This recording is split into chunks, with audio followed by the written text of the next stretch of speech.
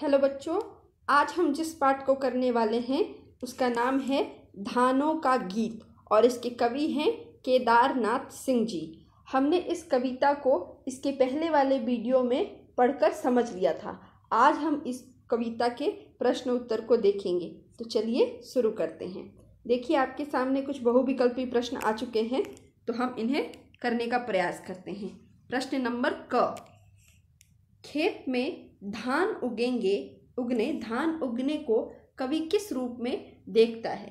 तो बच्चों देखिए, यहाँ पर 4 विकल्प दिए गए हैं। पहला प्राण उगेंगे, दूसरा जान उगेंगे, दूसरा ज्ञान उगेंगे। ठीक है, दूसरा वाला ये है, पहला ये प्राण उगेंगे, दूसरा ज्ञान उगेंगे, तीसरा जान उगेंगे और चौथा इनमें से कोई नहीं। तो बच्चों, इसका सही उत्तर क्या है? अगर आपने इस कविता को अच्छे से पढ़ा होगा तो आपको याद होगा, बार बार कवि जो है धान उगने से प्राण उगने का संबंध जोड़ते हैं। इसलिए इस प्रश्न का जो सही उत्तर है वो है एक, प्राण उगेंगे, पहला वाला। ठीक है, प्राण उगेंगे, ये इसका राइट आंसर है, सही उत्तर है।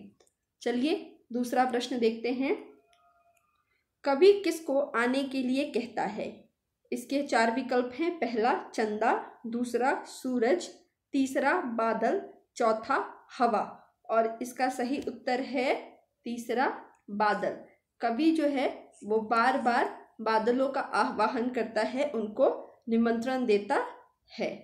ग नंबर प्रश्न देखते हैं। आगे कौन पुकारेंगी? और इसके 4 विकल्प हैं। पहला अखड़ियाँ, दूसरा डगरिया, तीसरा गुजरिया और चौथा कलगियाँ और इसका सही उत्तर है दूसरा डगरिया। सूनी डगरिया आगे आगे पुकारेंगी, यानी बादलों को निमंत्रण देंगी, उनका स्वागत करेंगी।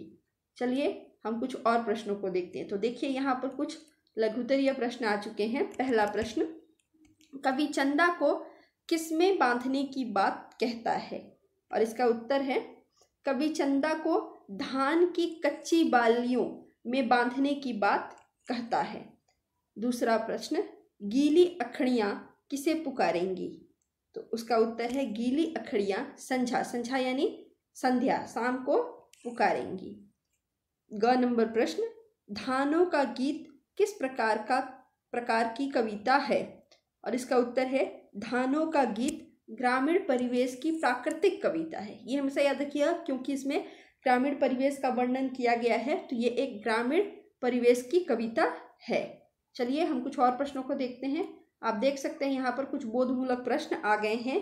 पहला प्रश्न, प्रस्तुत कविता में बादलों का स्वागत किनके द्वारा किया गया है? उत्तर देखते हैं।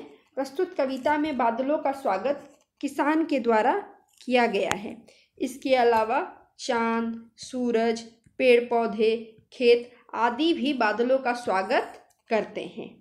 दूसरा प्रश्न, कवि आना जी बादल जरूर कहकर बादलों का आह्वान क्यों करते हैं?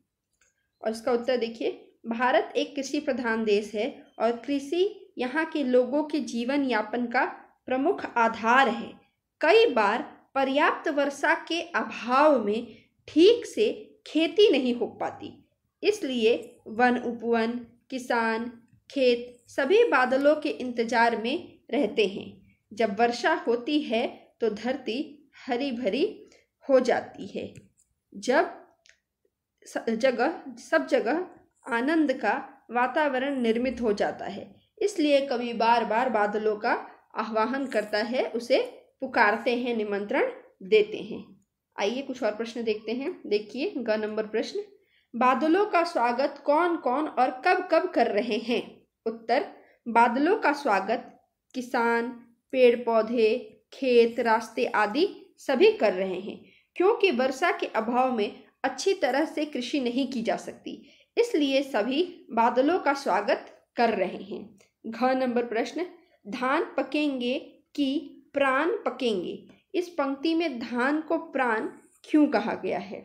उत्तर, इस कविता में कवि ने यह बताया है कि मनुष्य के जीवन का प्रमुख आधार कृषि है, अन्न प्राण है। बिना अन्न के, यहाँ अन्न होगा, ठीक है बच्चों, यहाँ पर अन्न, बिना अन्न के मनुष्य के प्राण की रक्षा नहीं की जा सकती। धान के पक जाने का अर्थ फसल का तैयार हो जाना है और फसल के तैयार हो जाने पर सभी लोग प्रसन्न होते हैं, इसलिए धान पकेंगे कि प्राण पकेंगे कहा गया है। चलिए कुछ और देखते हैं। यहाँ पर कुछ व्याख्या के लिए पंक्तियाँ दी गई हैं, तो हम इसे करते हैं। पहली पंक्ति देखिए, धूप भरे तुलसी वन झरेंगे, धान दिए की बेर बेर। तो ये पंक्ति है और इस पंक्ति के लिए प्रश्न देखिए। पहला प्रश्न, साज घिरने पर कौन झरता है? तो इसका उत्तर देखिए, साज घिरने पर तुलसी वन, कनेर, ज्वार झरता है। आपको तो पता ही होगा बच्चों की कनेर जो है वो एक वृक्ष होता है और ज्वार जो है फसल होती है। और इसके बाद देखिए दूसरा, ऊपर की पंक्ति का भाव स्पष्ट कीजिए। उपरोक्त पंक्ति में लेखक ग्रामीण लोगों के विश्वास एवं आस्था के भाव को प्रकट किए हैं। यहाँ पर उपरोक्त पंक्ति का अर्थ, ये जो पंक्ति दी गई है इस पंक्ति का कह रहा है कि आप जो है इसका भाव स्पष्ट कीजिए।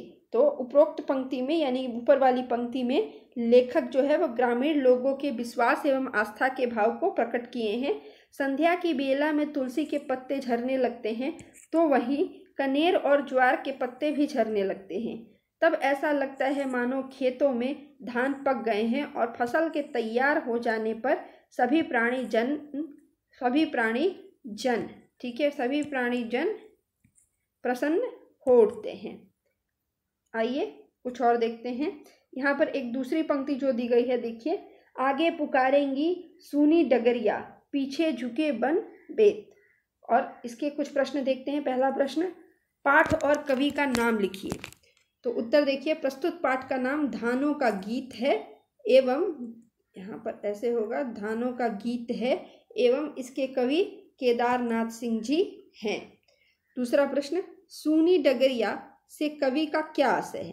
तो उत्तर देखिए, सूनी डगरिया से कवि का आशय है कि धान की पैदावार होने के लिए वर्षा की जरूरत होती है, परंतु बादलों के आने में देरी होने तथा वर्षा न होने के कारण सब कुछ वीरान हो जाता है। यहाँ तक कि रास्ते भी सुनसान हो जाते हैं, जिससे कहीं भी चहल पहल नहीं रह जाती। तो कवि यहाँ पर उन रास्तों को ही सांकेतित कर रहे हैं। तो इस तरीके से ये व्याख्या तो वाले प्रश्न जो हैं वो तो समाप्त हो गए हैं, परंतु अब हम इसके बाद जो है इसके भाषा बोध को देखेंगे। बच्चों, आप अगर इसके भाषा बोध को पुस्तक में देखेंगे तो वहाँ पर तत्सम एवं तद्भव शब्दों का इस्तेमाल किया गया है और उसे ही खोजने के लिए कहा गया है। तो सबसे पहले हम यह समझने का प्रयास करेंगे कि तत्सम शब्द किसे कहते हैं और तद्भव शब्द किसे कहते हैं। तो पहला तत्सम शब्द देखिए, संस्कृत में कुछ शब्द ऐसे होते हैं जो हिंदी में बिना किसी परिवर्तन के अपना लिए जाते हैं या प्रयुक्त होते हैं, तो उन्हीं को हम तत्सम शब्द कहते हैं, जैसे अग्नि, अमृत, अश्रु इत्यादि। अब देखिए तद्भव शब्द किसे कहते हैं। तद्भव शब्द वे शब्द होते हैं जिनमें थोड़ा सा परिवर्तन करके हिंदी में प्रयुक्त किया जाता है, यानी कि उसका रूप थोड़ा सा बदल दिया जाता है। संस्कृत से हिंदी में जैसे का तैसे उतार लेने को हम तत्सम कहते हैं, और जब हम उसमें थोड़ा बदलाव कर देते हैं, जैसे आप देखिए अग्नि का बदलाव क्या कर दिया, आग। तो हम जब हिंदी लिखते हैं तो उसके अंदर हम कहीं कहीं पर अग्नि शब्द का भी उपयोग करते हैं, आग शब्द का भी उपयोग करते हैं। तो जब अग्नि शब्द का प्रयोग करेंगे तो वो हो जाएगा तत्सम शब्द, और जब उसका रूप थोड़ा सा बदल के प्रयोग करेंगे, आग, पड़ोसी के घर में आग लग गई, तो यहाँ पर क्या हो जाएगा, वो तद्भव शब्द हो जाएगा। इसके बाद आँख, आंसू, अश्रु का आंसू आप देख सकते हैं, तो ये क्या हो गया, तद्भव शब्द हो गया। यानी कि तत्सम और तद्भव किसे कहते हैं, तत्सम शब्द, यानी जिसे संस्कृत से हिंदी में ज्यों का त्यों अपना लेने को हम लोग तत्सम शब्द कहते हैं, और तद्भव यानी जिसका रूप बदलकर हम अपनाते हैं। ठीक है बच्चों, अब चलिए इस निम्नलिखित शब्दों के पर्यायवाची शब्द लिखिए। ये दूसरा प्रश्न है। तो पहला शब्द है इसमें बादल। बादल का देखिए यहाँ पे पर्यायवाची दिया गया है, 3 पर्यायवाची दिए गए हैं। इसी तरह सांझ के भी दिए गए हैं, गोधुली, शाम, सायकाल, भोर का भी दिया गया है, सुबह, सवेरा, प्रभात, वन का, जंगल, कानन, अरण्य।